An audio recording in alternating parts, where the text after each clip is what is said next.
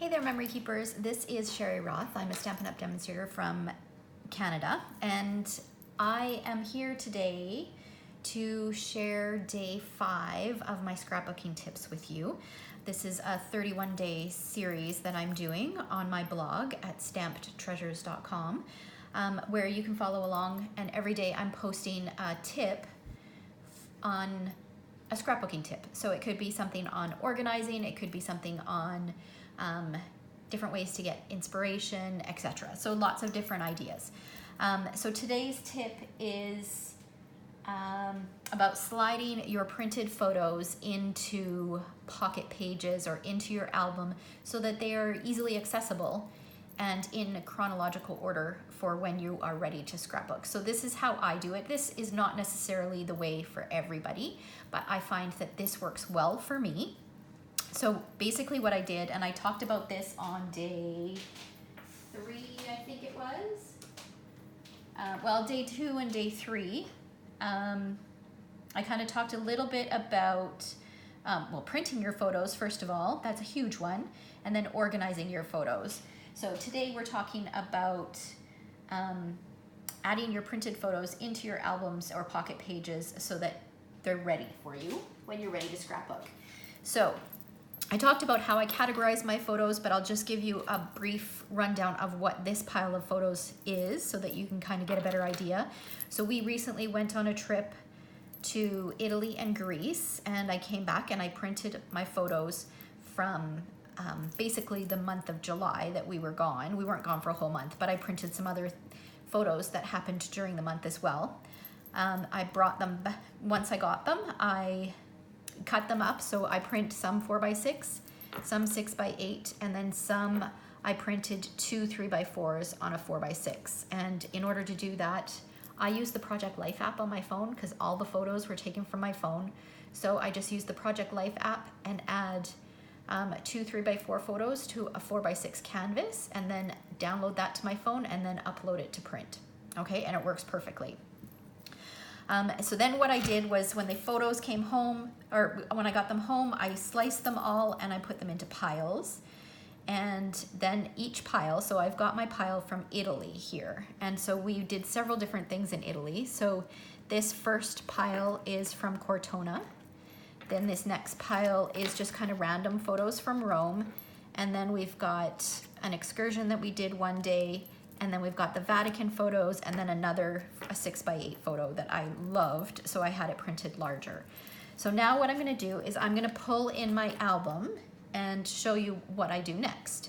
Now, first of all, I wanna point out that this year I decided to use a 6x8 album rather than a 12x12 album.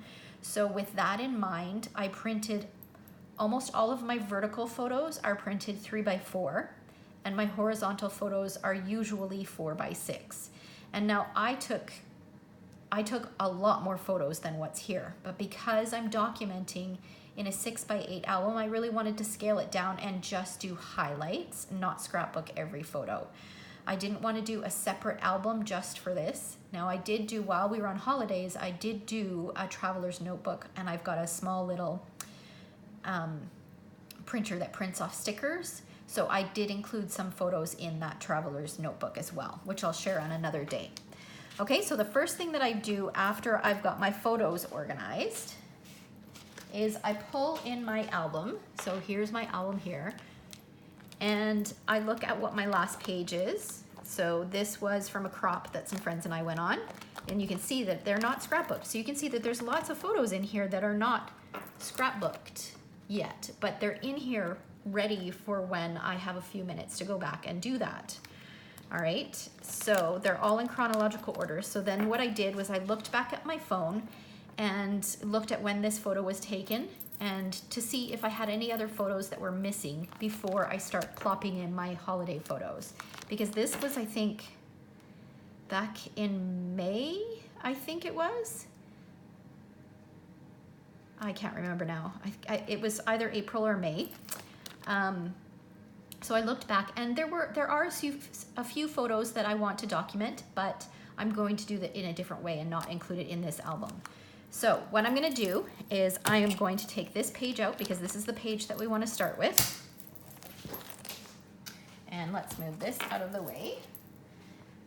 Okay, so these little pieces, this crop that we went to was a donut crop, and we had a make and take, so these were the pieces from the make and take. So this isn't necessarily for this back page. I tucked them in here so that if I wanted to use them for decorating or adding embellishments to those crop photos. Okay, so the first thing I'm gonna do is I'm gonna pull out the photos from Cortona because that was our first stop on our trip. And I'm gonna look at what I've got. Okay, I've got 4 3x4 photos. So I'm gonna pick, I think this pocket, which is 4 3x4 photos. And I'm just going to place them in here like this, and I'll slide them in. Now, just because I'm doing this doesn't mean that I'm committed to this. When I go to actually document the photos and to actually scrapbook them, I can change out the configuration. I can move around the pocket pages. I can decide to do something different. Maybe there's some other photos that I come across that I wish I had printed and want to include it. I'm not committing to anything at this point. I'm just kind of getting them in the pocket pages so that I can have them easier or ready to go when I'm ready. Okay, so then the next little pile, these are just some random photos from Rome that have a couple stories to tell. And so let's see. So I could do that. And then the next pile I have is from a tour. Actually, this isn't the Vatican. Let's do the Vatican next. Okay, so I think what I'll do is I will change these. I'll take those out and I'll put those in somewhere else. So this is the Vatican tour that we did. Let's see. Let's do this. Okay, and again, I'm not necessarily committing to this. I'm just getting them into pocket pages. So now I'm gonna look for a pocket page that has a 4x6 and 2 3x4s. Here's one. Okay, so we'll slide this in here.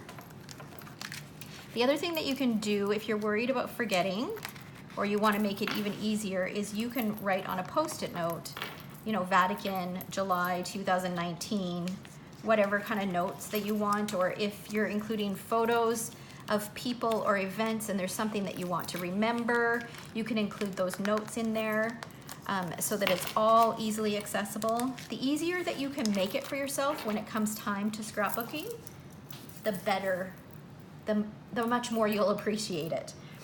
Okay, so then we'll flip it over. Now, so now I've got a 4x6 photo and 2 3x4 photos. Okay, so I think what I will do is I'm going to put these in here and I'm gonna do it like this. So sure, this is a 4x6 horizontal photo, but that doesn't mean I can't use a 3x4 photo in there. And I want to include this photo in here. So this is a whole 6x8 photo. So I'm going to pop that into the page protector. And these ones in here, because there's a story to tell about both of these photos. Okay, and then I'm gonna flip. And now I've got, oh, you know what? Florence happened before we went back to Rome. So let's see here. I think what we will do, I'm gonna change this up here. That's what's so great about pocket pages and doing this first. Okay, so we went to Florence. So I'm gonna put the Florence photos in before the Rome photos. So I'll take these out and pop these in here. Okay, and then flip it over, and then we will do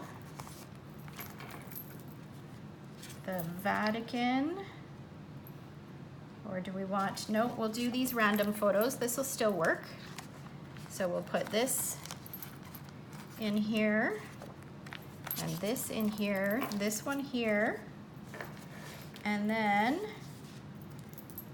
for this one, do I want to do the Vatican next? So I've got one 4x6 and 4 3x4s.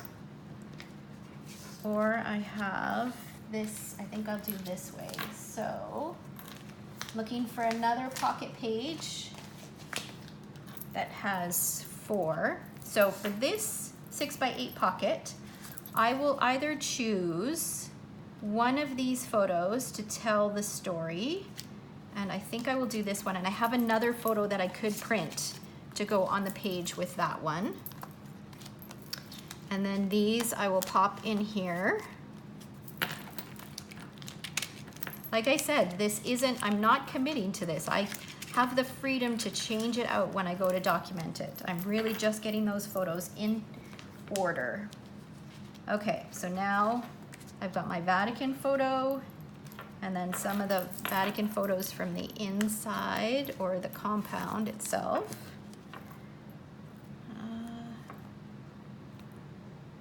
Let's do this one.